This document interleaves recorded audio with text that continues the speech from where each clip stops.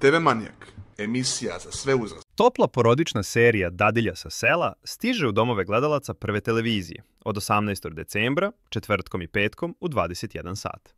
Kroz 50 epizoda serija prati sudar potpuno dva različita sveta. Spontane, glasne i neodoljive devojke sa sela i uštogljene beogradske porodice iz visokog društva.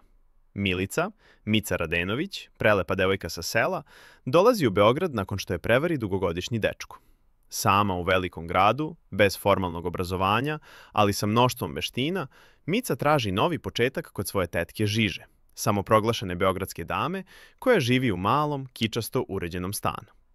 Spletom komičnih okolnosti, Mica postaje dadilja u domu 7. generacije beogradskih arhitekata, porodici Maksimović.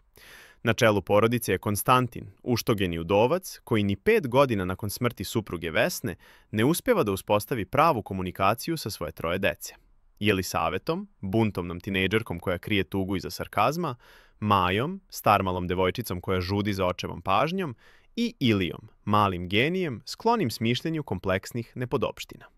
Dok Mica sa svojim seoskim načinom razmišljanja, direktnošću i narodnim mudrostima donosi revoluciju u ukočenu porodicu Maksimović i sama prolazi kroz ličnu transformaciju.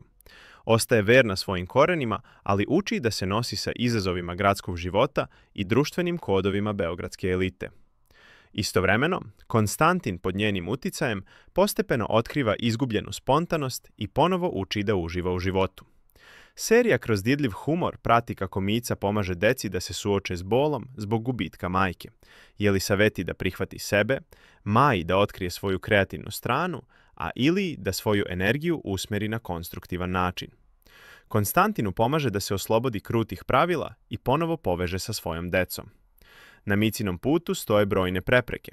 Viktorija, Konstantinova poslovna partnerka i direktorka njegovog biroa, ima svoje planove za njega i neće lako odustati, dok sukobi sa njegovom majkom Emilijom, pravom beogradskom damom starog kova, stvaraju dodatne tenzije.